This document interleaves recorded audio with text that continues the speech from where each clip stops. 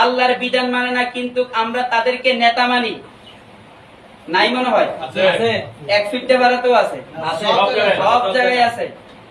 আল্লাহর বিধান মানে না, নামাজ ঠিক মতন পড়ে না, নারী আসক্ততার ভিতরে আছে, বউ বাচ্চা আছে, টাকার গরমে ক্ষমতার গরমে রাত্রি বেলায় অসৎ কাজ করে বেড়ায়, খারাপ কাজ করে বেড়ায়, কিন্তু আমরা ওই সমস্ত লোকদেরকে নেতা মানি, অভিভাবক মানি। আবার যুবক ভাইয়েরা ছবি পোস্ট করে প্রিয় লিডার, প্রিয় অভিভাবক।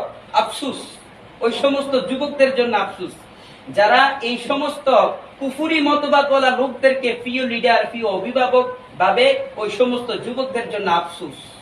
আফসুস, তাদের জীবনটা শেষ। এই অল্প বয়সে আপনারা আপনাদের জীবনটাকে শেষ করে দিচ্ছেন। আপনি যে তাকে অভিভাবক বললেন, কিসের আশায় বললেন? সামান্য একটু ক্ষমতার জন্য। আপনি যদি ওনার অভিভাবক মানেন, আপনারে উনি 1 পাড়ার ইউনিটের সভাপতি বানাবে, এর চাইতে বেশি কিছু না, সেক্রেটারি বানাবে। আপনার ক্ষমতা কি? ওই মানুষের জন্য যখন রেশন আসে 20 কেজি 30 কেজি, ওই রেশনের না হইলে 50টা কার্ড আপনার হাতে আসবে, এর চাইতে বেশি কিছু না। শীতকালে আপনার হাতে নাইলে 20টা কম্বল আসবে, 10টা মাইন্সেরে দিলেন আর 10টা বাড়ি ঢুকাইলেন, এর চাইতে বেশি কিছু না।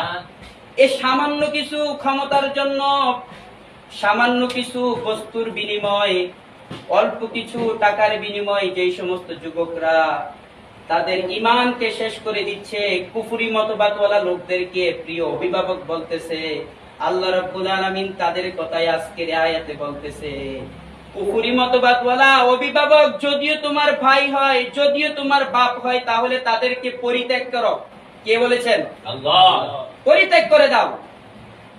আর যার ভিতরে কুফরি মতবাদ আছে, সে কখনো যুবকদের আইডল হতে পারে না, কখনো হতে পারে না। কারণ সে তো নামাজই পড়ে না, তার ঈমান নাই।